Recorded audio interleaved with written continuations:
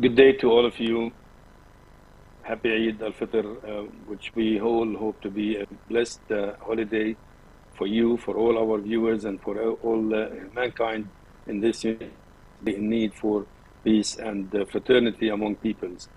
Eid kul aam wa antum bikhair, and Eid Fitr Mubarak to all of you again. This is Elias Zananiri reporting from Palestine. Today we have quite a number of news to start with. The most important seems to be the possibility that U.S. President Joe Biden is expected to visit the region, come to Israel to meet with the Prime Minister Naftali Bennett, and very possibly to also fly in his helicopter to Ramallah to meet President Mahmoud Abbas at the presidential headquarters in Ramallah for in an attempt by the American administration to re-engage in the Arab-Israeli conflict at a time it has been over-occupied with the conflict in the Ukraine. The visit of Biden is expected to be around the last week of June, in part of his to attend a G7 summit in Germany between the 26th and right afterwards he will fly to Spain, where the NATO is meeting for 2 days on the 26th, on the 29th to the 30th of June. This is in part the things, the story, the main item that occupies everybody these days, because it gives a signal that the Americans might re-engage again in the Arab-Israeli conflict, but also it comes against the backdrop of the ongoing conflict in the Ukraine. This conflict that has also reflected itself on the relations between Russia and Israel. Those relations that used to be quite smooth and cool quite a few months ago, suddenly now we hear that there is a real serious conflict between crisis between Israel and Russia, against the background of the statements that were traded between Russian and Israeli officials with regard to the Holocaust, to the involvement of Zionism, according to Lavrov, the Russian foreign minister, who spoke about Zionism being involved in a way or so in the Holocaust that took place in Germany, and the Israelis have responded angrily to that statement. And then we heard another statement this morning coming in from the Russian foreign ministry, saying that the statements of Yair Lapid, the foreign minister of Israel, in which he denied any linkage between Zionism and the Nazis, was contradictory to all historical facts, as far as the Russians are concerned, at least. And these facts speak clearly that Zionism and the Nazis had some kind of a cooperation between them. And the explanation the Russians are giving for the Israeli denial is that Israel wants to cover up for the kind of support it has, or it provides to Ukraine, to the current government in the Ukraine, which the Russians consider as a government or a regime that is led by Nazis or neo-Nazis, or what you have it. This is mostly the main issue that is being debated in the news. Now we are on the second day of Al-Fitr Eid, Eid al-Fitr al-Mubarak, and yesterday Ramallah was very quiet. Today some people started to go out to the streets, but it is still very quiet. Streets are almost clear of people, and in seconds we will be watching now some videos that we filmed in Ramallah about an hour ago, showing the atmosphere in the city of Ramallah on the second day of Eid al-Fitr.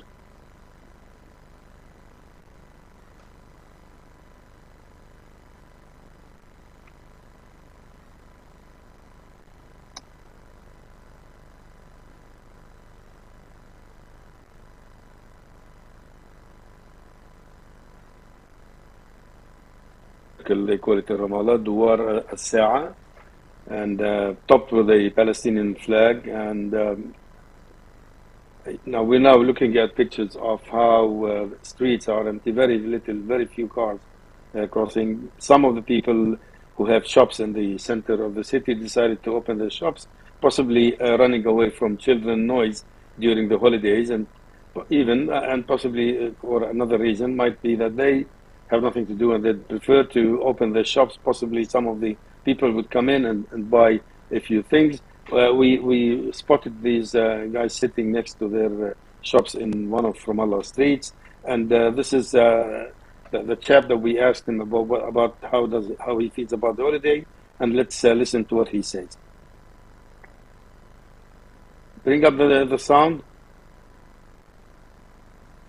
He spoke in Arabic and literally said that it's been okay and streets are empty because people are at home of the holiday. Yes, Why? because it's Ramadan. Well, Ramadan is over. Yes. It's a holiday. Yes. So it's Eid al-Fitr. Yes. People are home. Home, eating food. Home. What about you? I'm on the work. On the work.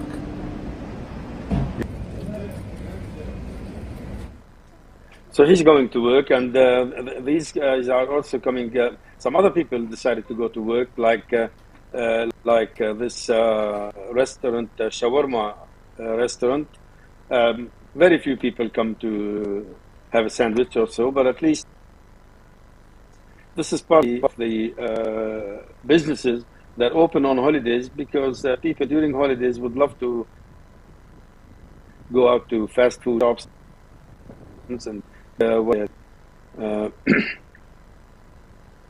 this is another circle in Ramallah showing the lantern of Ramadan. We just saw it now, and now here this is these pictures are life returning slowly to normal. This is the Lions Circle, Duwar al-Manara or Duwar al-Usud, or Maidan al-Usud in Arabic. This is the most the landmark of the city of Ramallah, or the district of Ramallah and Al-Bire.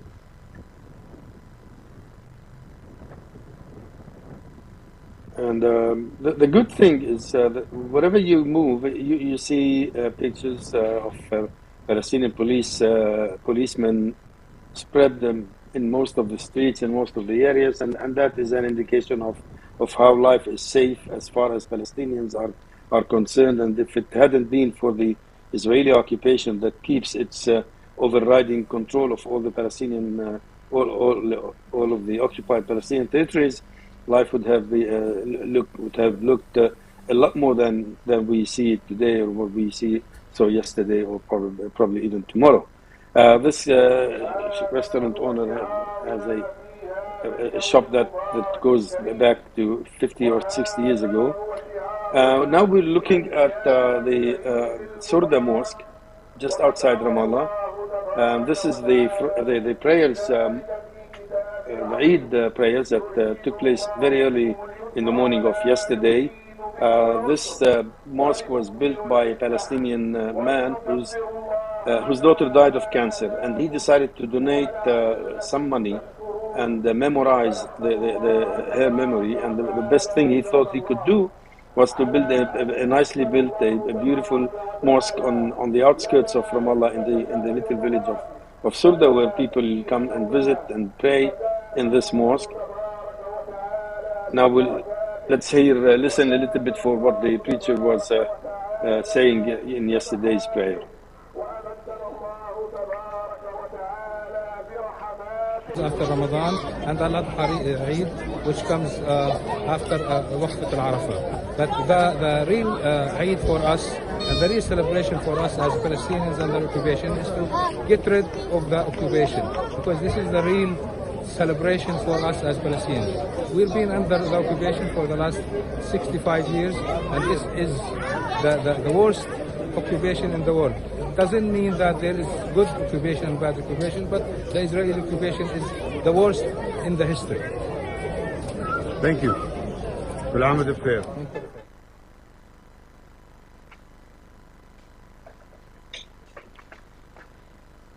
So that was what we saw, the kind of how a normal atmosphere would look like in a city.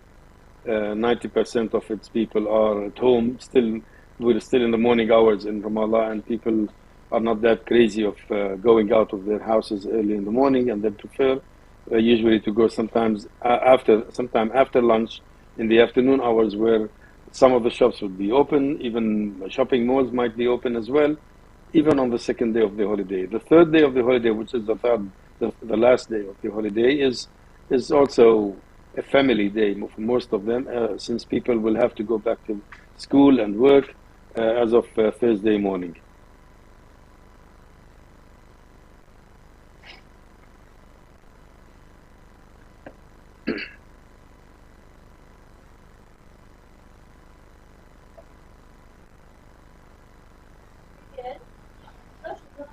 Hello, Assalamualaikum, Mr. Ilyas from Palestine. Wa alaikum assalam. How are you? Happy Eid. Alhamdulillah. Thank you for having you in our Big Blue TV today. I would like to have some update about what is happening in Palestine during the preparation of Eid Mubarak and today. What is happening in Al-Aqsa and the rest of Palestine states. If you don't mind to update us today. Yes. Today, people, as we said, on the first and the second day of the holiday, people go to, in Al-Aqsa Mosque, things are somewhat quiet, with the exception of the presence of the Israeli police all around the area. And that in itself could be also an element of incitement to some of the Palestinians who on their way to the mosque, and they might even clash with the police. But so far, we haven't really heard something big or serious. But in other parts of the West Bank, there was an incident where Jewish settlers attacked some Palestinian farmers or shepherds who took their sheep to the green fields. And this is something, it's not even news as much as it is something that keeps on taking place day after day. All kinds of violations and infringements of Palestinian rights and freedoms are being done, if not by the Israeli soldiers, then by the Jewish settlers. And if not by the Jewish settlers, we see the Israeli soldiers taking over, and both have one main target, which is to pressure the Palestinians, and hopefully, from their point of view, that the Palestinians one day will give up and say this is it, and they decide to leave. But in fact, from talking to people wherever I go, Palestinians, I mean, you sense that there is a very important lesson that the Palestinian people have learned over all those years, since 1948 until today, which means that no matter what happens in your own homeland, it's better to stay where you are and not become a refugee for a second or a third time and go to a different country, because no matter how good life is elsewhere, nothing compares to the homeland, nothing compares to the national homeland of the Palestinian people. And the national homeland of the Palestinian people is the one and only one, which is Palestine. And this is exactly what the Palestinian leadership, the PLO, the President Abbas, are trying to enforce on the West, to accept this historical reality that the Palestinian people have nowhere else to go other than Palestine. And if the United Nations back in 1947 decided to partition Palestine into two states, one Arab and one Jewish, well, after 73 years, it is about time now for the United Nations to step in and enforce the two-state solution, the same two-state solution that it spoke about in 1948, and nothing was done from that day until today to enforce that resolution, other than the part of it where Israel proclaimed and gained the recognition of different countries, world countries. Now, the Palestinians declared their state back in 1988 in the historical speech by our late president and leader Yasser Arafat, in which the PLO and the Palestinian National Council, our parliament in exile, accepted the notion of the two-state solution and recognized all UN resolutions, starting from 181, going through 242 and 338, meaning that the Palestinian state would be installed along the 1967 lines, something that Israel has not accepted so far. And in reality, in fact, and as a matter of fact, none of the Israeli governments from that day, from 1948 until this very moment as we speak, has accepted the real, genuinely, the notion of a two-state solution, because every position that the Israelis brought up in over 29 or 22 years of negotiations was anything but not an independent sovereign Palestinian state. Anything but not full sovereignty for the Palestinians in the state of their own. Now, if any state in the world has the right to proclaim its existence, it will enjoy full sovereignty. It will enjoy a fully equipped army, an army which is strong enough to protect that state and defend its borders and to maintain law and security on the domestic level. But when it comes to the Israelis, they want the Palestinian state to be without a sovereign capital, without full control over our water resources, without any control over the telecommunications, and without any control of us on our external borders. And now imagine we have the Palestinian state is supposedly fully sovereign to decide who crosses in and who leaves out of through its borders, but yet the Israelis want to have a special presence there where they can also monitor who comes in and who goes out.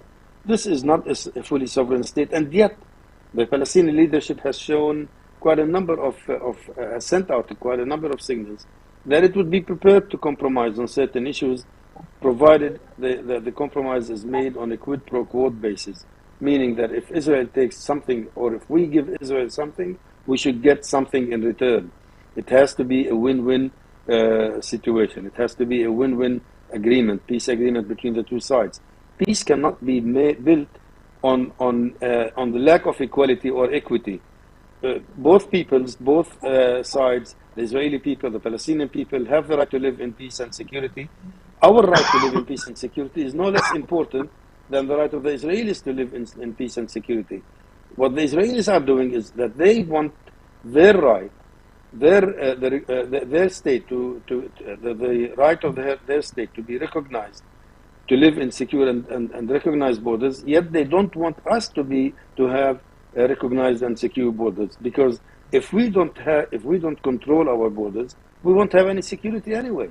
Because we have seen what security means when it is in the hands of the Israelis. There is hardly a single family, a Palestinian family, anywhere in the West Bank and the occupied West Bank or in East Jerusalem that can sleep very peacefully at night without being worried that possibly an Israeli forces or police or civil or secret service agents might raid their house at a certain point during the night to snatch one or more member of the family, allegedly for carrying out any attacks against Israelis, for voicing his or her resistance to the occupation, and so on and so forth. This is not a normal life that any people anywhere lives. The life that the Palestinians live here is very. I mean, you look at the broad pictures and you see buildings and cars and people going to markets, but this is a day-to-day life which people have to live, no matter what happens on the macro level when it comes to the Israeli occupation. But at the end of the day, we can hardly imagine that the current situation can last forever. The young generation, the young Palestinian generation, are even more attached to their homeland than the old generation. In the old days, right after the war in '67, I said, "Oh, we don't have to worry about these Palestinians. There will be no Palestinian people because the old people die and the young generation forgets." What happened is that the old generation died, but they left a legacy of nationalism and patriotism that had been carried on by the middle generation up to the young generation, and this young generation is going to hand it over to the upcoming generations, only to ascertain that this land is Palestinian, and so it has to be. It has to remain Palestine. We agreed on the principle of partition of Palestine so that we can split the historical land of Palestine into two states. It is now time for Israel to accept this notion and agree to split this country into two states. Other than that, we will all be heading to a what I call not a one-state solution, but a one-state reality, because it won't be a solution. It's a one-state reality whereby a Jewish minority would control an Arab minority, an Arab majority. Today, there are about 49% Jews and 51% Arabs living in the historical land of Palestine between the Mediterranean and the Jordan River. In 5 or 10 years, that percentage will, the gap will grow bigger, and that means that Israel wants, with her 45%, maybe 40% of her Jewish population, to control the 55 or 60% of the Arab majority, and this is only a reflection of or a reminiscence of the apartheid regime that existed in South Africa. Now, the question that we keep asking ourselves is the world ready to accept the emergence of a new apartheid regime after they fought and fought and fought until they brought the apartheid regime in South Africa to an end? This is a question that the West has to answer. This is a question for the U.S. administration to answer, because if it hadn't been for the blind support that the U.S. has been giving to Israel, things would have looked different. Look at what the Americans did when it came to enforcing UN resolutions: war against Iraq, war against Iran, in Libya, in whatever you were, in Vietnam, and anywhere else. But when it comes to Israel, Israel is free to do whatever it wants because it can get away with it, simply because the Americans protect Israel, and doesn't care less about international law. And this is absurd, really absurd, and it's painful, because it's painful for Palestinian people. It's also painful for the Israeli people. They too pay the price of being the occupiers. No, in occupation, in conflicts, in wars, there isn't one party that is victorious, that is a winner, and one party that is a loser, because both sides lose. Each side pays a very dire price. Every member of a family, be it a Palestinian, a Christian, a Muslim, a Jewish family, every member of that family is very dear for his or her family. So the loss, the pain is the same. Blood has the same color, no matter whether it is a blood of a Muslim or a Christian or a Jew, since all of them are part of the humanity, and all the mankind have the same color of blood. So why all this differentiation? Why all this discrimination between nations? Why one nation should be consider herself like the old term that floated in Germany during the Second World War, Deutschland über alles in Germany, they said it, which meant that Germany is above everybody else, above all. But no, today we are talking about equality between all nations. Technology, social platforms, the whole universe has become the little global village that we heard about in the 60s and 70s. So there are no boundaries anymore.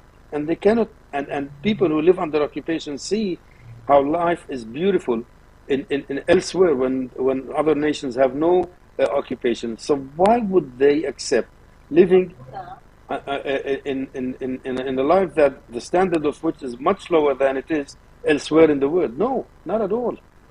And I think this should have given quite a panoramic view of how sentiments or Palestinian feelings are when it comes to living under occupation.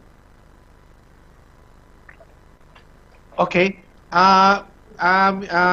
Ilyas, I have some video that I'm asking this studio to be played, and we need some explanation from your side about the video that is going to be played by the studio shortly.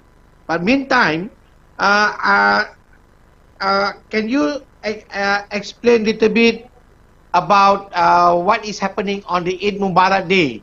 How many population or citizen that arrive to the Al-Aqsa Mosque to continue their prayer for the Eid Mubarak?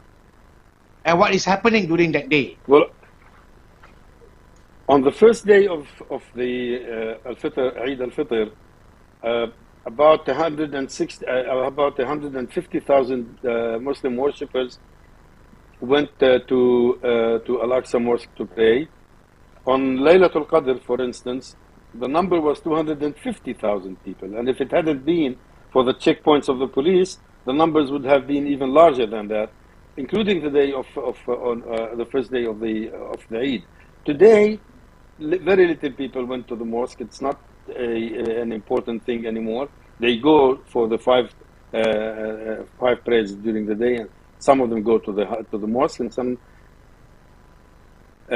pray. The second day of the holiday is more of a family day that they spend together at home, or they go out. The weather is not so intriguing outside that people would take their children to play in playgrounds or in public places. Also, the consideration about the COVID-19, even though Palestine has scored quite good lately in terms of fighting COVID-19 and its repercussions, but people are still very cautious, and they don't like to frequent places that are highly dense with people, with the exception of going to mosques or major rallies. But again, tomorrow might be a day where we might be seeing some kids going out to playgrounds and play, but it all depends on how the situation is. And but there is another element. People with very limited resources usually wait until it's holiday, whether it is Al-Fitr, Eid al-Fitr, whether it is Eid al-Adha, or whether it is Christmas or Easter if they are Christians, and they wait for those holidays so that they can spend more days with their children and take them out to enjoy the holiday, to go out on touristic sites or trips or whatever. Get that the economic condition of most of the Palestinian people under occupation, that condition is not as good as they wanted it to be, because even the economy of the Palestinians is all controlled by the Israelis, who decide what is allowed to be imported in Palestine. Yes? Ilyas, Yes. Can you hear me, Ilyas? Yeah. Yes, I do. If you look at the video now, studio is playing. Can you share with us what is happening on this video, and when is happening, and when is happening, and where is happening, and what is the occasion? Well, this is the prayer at Al-Aqsa Mosque yesterday during the first the morning prayer for the holiday. If you can put up the sound, if you have any sound on that, then we might know what they're talking about, or if they are chanting. Can we have some sound there, or there's no sound on it? Okay.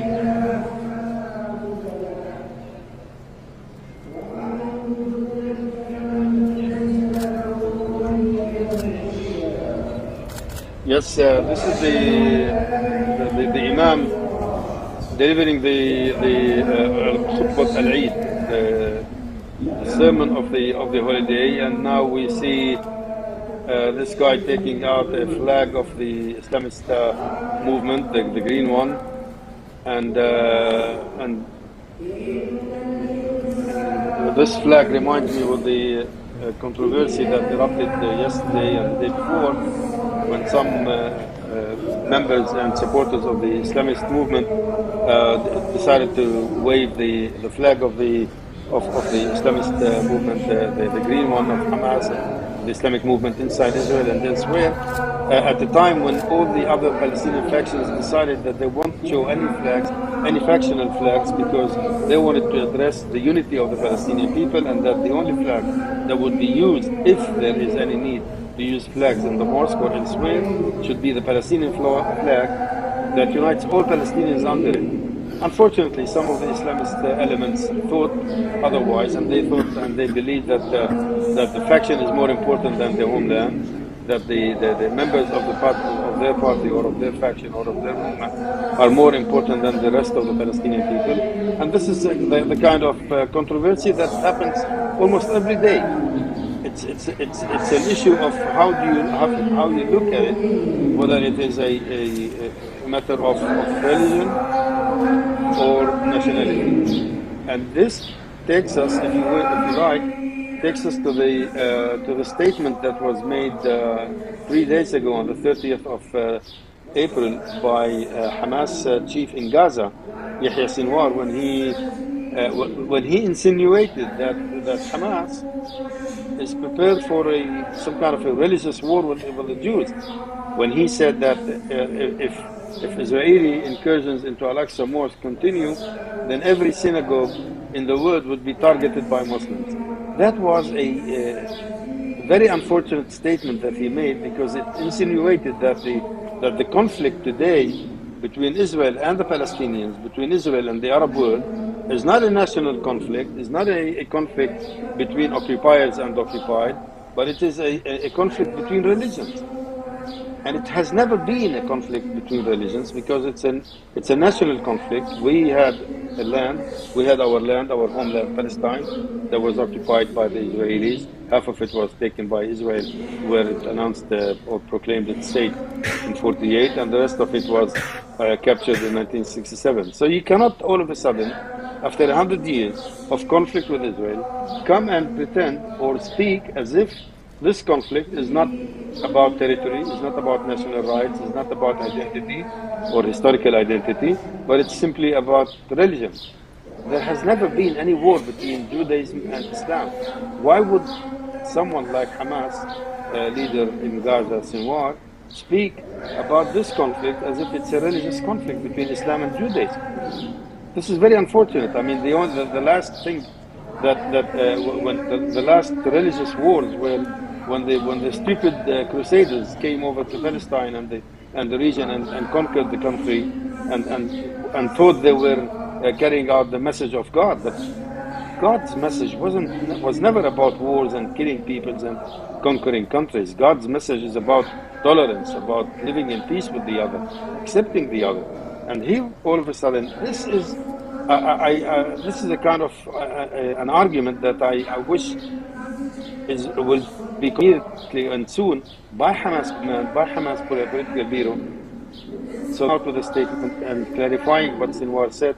Otherwise, Israel will be dancing, and believe me when I say that Israel will be dancing to the tunes of what Sinwar said, because now it will claim that every kind of a Palestinian act against occupation is some kind of an anti-Semitic, some kind of a war against Jews, according to the words of Yahya Sinwar.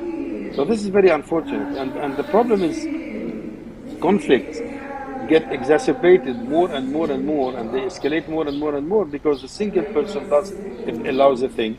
And take, for example, when a stupid cartoonist in Europe draws a funny cartoon about Prophet Muhammad alayhi salatu wassalam, or about any other symbol in Islam, you see emotions of millions of Muslims bursting in anger against that, and this is exactly the case. So we, instead of cooling down conflicts, or not conflicts, I would say misunderstanding between followers of various religions, here came Sinwar, and he just poured the fuel over the petrol over the fire, and we don't know what will happen afterwards.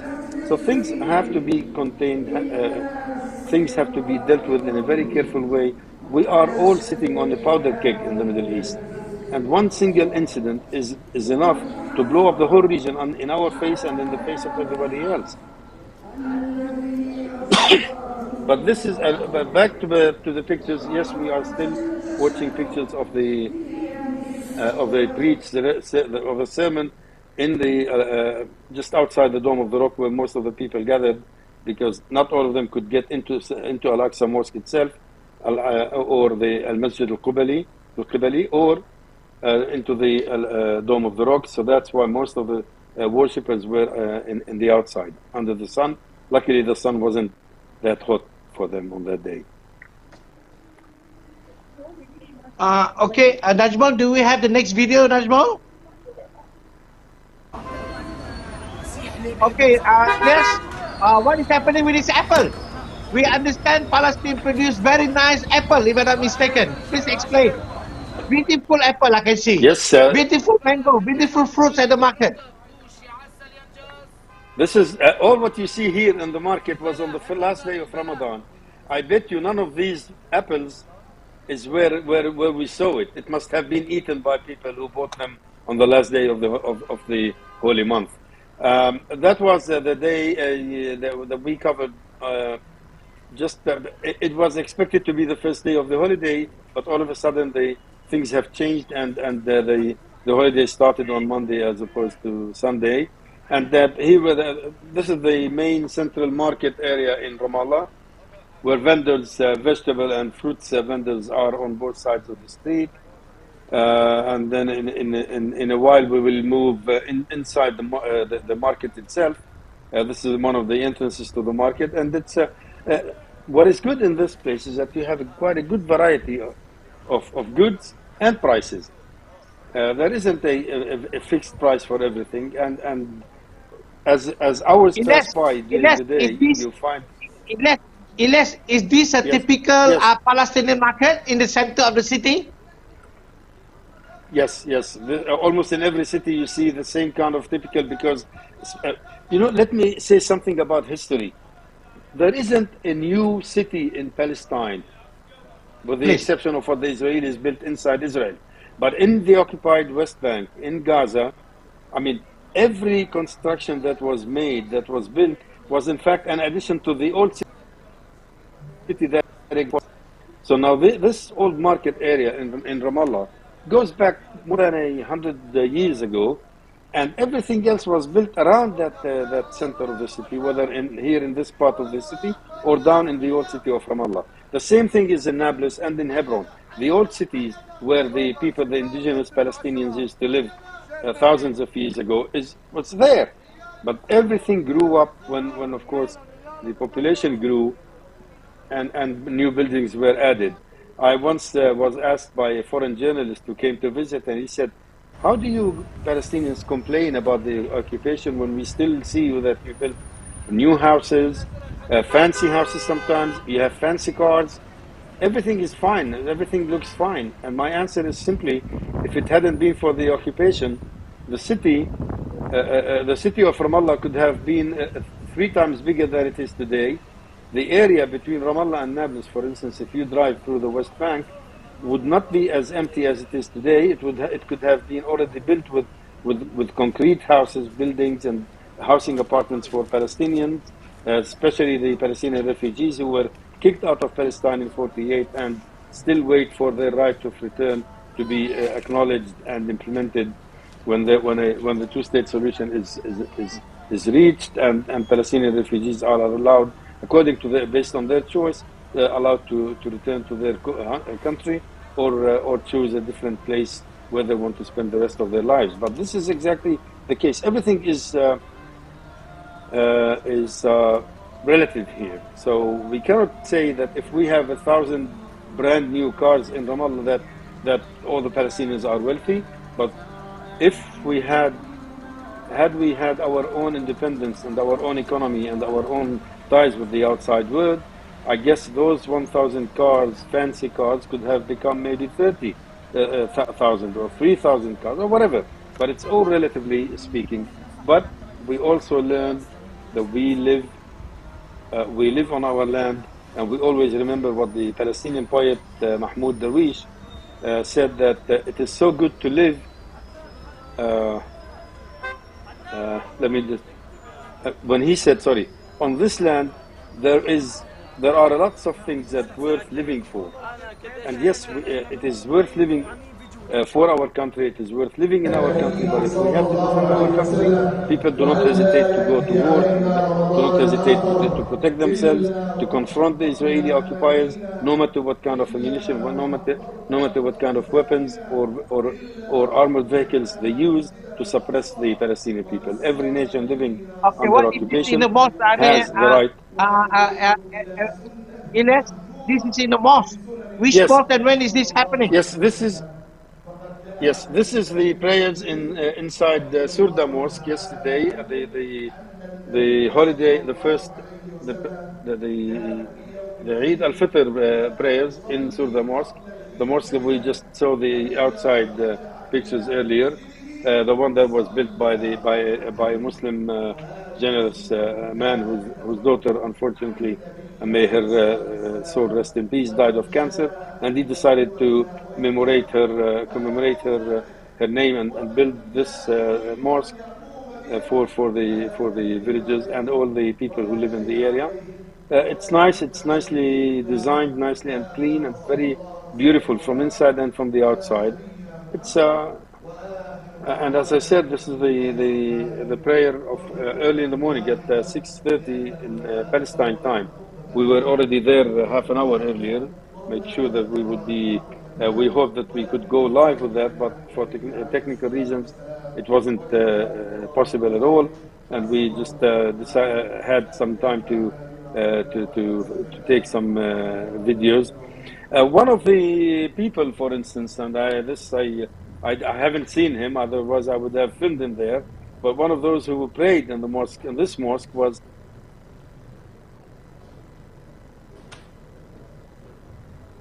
one of the friends there, that he saw him, he was praying in the mosque, and that sometimes he comes to this mosque to pray. So this mosque is open for all kinds of Palestinians, ordinary people, officials, military and security guys, everything, like every other mosque in the world.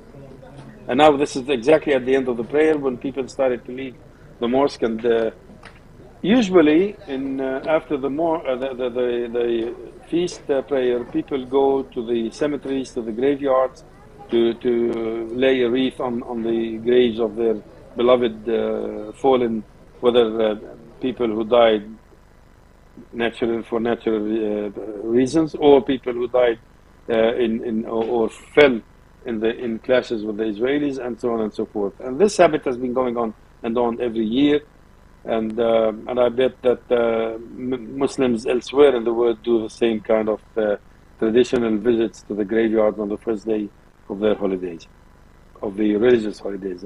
I mean, Al-Fitr and Al-Adha. I hate to stop this live update. If you have any quick 1 minute or 2 minute update, please let us know now, because we have to stop, because we have to give cross to Maghrib.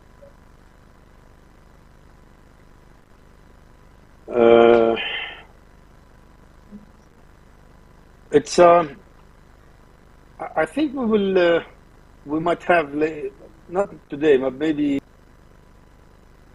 tomorrow, story of Biden visiting the region and see. Again, as I said, one of the main stories is this argument that is taking place between Israel and Russia. And Lavrov, I remember now the statement that he said when he said that the fact that when he referred to the Ukrainian President Zelensky, and he said the fact that Zelensky is a Jew doesn't negate the fact that he is connected to the neo-Nazis in Ukraine, and